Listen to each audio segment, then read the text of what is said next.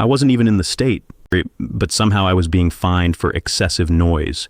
Not just a warning, not just a complaint, a $2,500 violation notice, stamped, signed, and already escalating toward legal action. And the craziest part? The HOA president didn't hesitate, didn't verify, didn't even knock on my door. She just filed the complaint, and called the police. But when the cops finally showed up to confront me, she was the one who froze, because the moment they checked the timeline, everything collapsed. My name is Daniel Reeves, and I'm not the kind of guy who causes problems. I work remote, keep to myself, and honestly, most of my neighbors barely even know I exist. That's exactly how I like it. The only thing I do take seriously, my property. Because unlike most people in my neighborhood, I didn't just buy a house inside the HOA. I bought the original developer's leftover lot, which meant I had access rights, easements, and paperwork most people didn't understand, including the HOA, especially the HOA president. Her name was Cynthia Hale, and if you've ever dealt with someone who treats a clipboard like a badge of authority, you already know the type. Perfect hair, perfect smile, perfect tone when she's talking to others. But the second something doesn't go her way, that mask slips, and underneath, control. That's all it ever was, control. The first time Cynthia came after me, it was over something small, my garage light. Apparently it was too bright and in violation of nighttime aesthetic guidelines. I laughed it off at first. I mean, seriously. A light? But 2 days later I got a formal notice. Not a warning. A notice. That's when I realized she wasn't playing. Over the next few weeks it became a pattern. Every few days something new. Trash bin placement, driveway angle, mailbox color tone. I wish I was exaggerating. Each complaint came with documentation. Photos, timestamps, official language. She was building a file on me, and I had no idea why. Until I found out something interesting. The lot next to mine? Vacant, prime, and directly connected to my property easement. And guess who had recently proposed community expansion plans?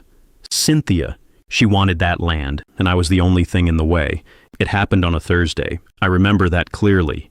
Because I wasn't even home. I was in Denver, 3 states away, attending a week-long conference. Flights booked, hotel receipts, badge scans, everything. Which is why, when I landed back home Saturday morning, I didn't expect to find a bright orange violation notice taped to my front door.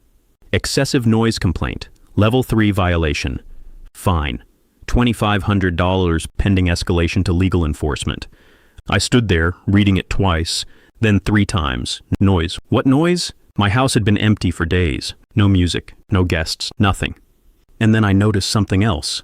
A second notice, this one from local law enforcement. Disturbance report filed. Officers dispatched. Now I was confused and annoyed. Because this wasn't just HOA nonsense anymore.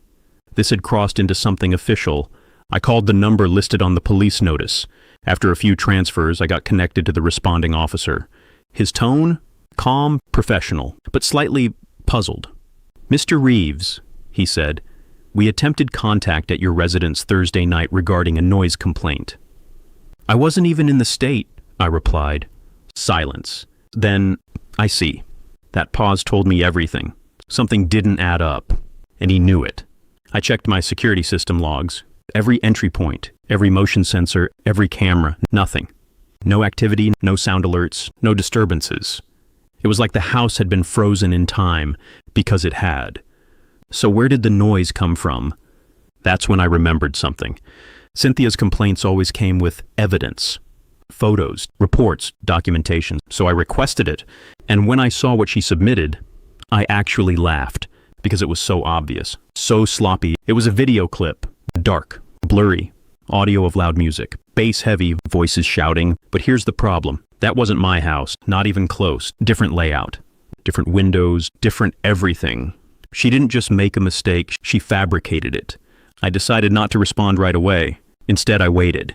Because people like Cynthia, they don't stop, they escalate. And sure enough, 2 days later, I got a notice. Mandatory HOA hearing, attendance required. Failure to comply would result in automatic fine enforcement. Perfect. Because that's exactly what I wanted. The room was packed. Board members, a few curious neighbors, and Cynthia, sitting at the front like she already owned the outcome.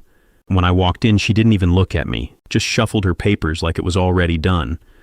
"Mr. Reeves," she said. You've been cited for repeated violations, including excessive noise. I wasn't home, I interrupted. She smiled, that tight, controlled smile. We have evidence to the contrary. That's when she played the video. Same clip, same fake noise, same wrong house. And she looked proud, like she had just sealed it. That's when I stood up. Do you mind, I said, if we bring in the officers who responded? Her expression shifted, just slightly, because she didn't expect that. 2 officers stepped into the room. One of them, the same guy I spoke to on the phone. He nodded at me, then addressed the board. We responded to a disturbance call at Mr. Reeves's address Thursday night, he said. And what did you find? Cynthia asked quickly. He paused, looked at his notes, then said, No one was home. The room went quiet, but he wasn't done. We checked all entry points. No signs of forced entry, no active noise upon arrival, no evidence of ongoing disturbance. Cynthia's smile disappeared. But the report, she started, was filed by you, he said. Flat, direct, uncomfortable. That's when I pulled out my final piece. Flight records, time-stamped. Security badge scans from the conference, hotel check-in logs, all matching the exact time of the alleged noise. I was 200 miles away, I said, and my house, empty. Now the room wasn't just quiet, it was tense. Because this wasn't a misunderstanding anymore. This was something else, something serious. And then I dropped it. The video you submitted, I said, turning to Cynthia, isn't even my house. I projected the clip onto the screen, paused it, zoomed in, different siding, different window placement, different address number barely visible in the corner. Gasps, whispers. Someone in the back actually said, Wait, that's the Miller house. Exactly. The officer stepped forward again. Ma'am, he said to Cynthia, submitting false evidence in an official complaint is a serious matter. She tried to speak. Nothing came out, because for the first time, she didn't have control. The board didn't even take a vote. They had no choice. All fines dropped immediately, but it didn't stop there. An internal review was launched, and within a week, Cynthia was removed as HOA president. Quietly. No announcement, no apology. Just gone. But the real payoff came later because I didn't just let it go. I filed my own complaint. Harassment, defamation, abuse of authority, and this time I had evidence. Real evidence. Here's the thing about people like Cynthia. They rely on one simple assumption, that you won't fight back, that you'll pay the fine, stay quiet, avoid conflict because it's easier. But the moment you stop playing their game, the moment you bring facts into it, everything changes. Because control built on lies doesn't hold. And the truth? It doesn't need to shout. It just needs to show up. So yeah, I got fined for noise while I wasn't even home. But in the end, she didn't just lose the case. She lost everything she tried to control. And if you've ever dealt with someone like that, you already know this kind of story. It happens more than people think. If you want more real stories like this, where power gets flipped and truth wins, stick around. Because the next one might be even crazier.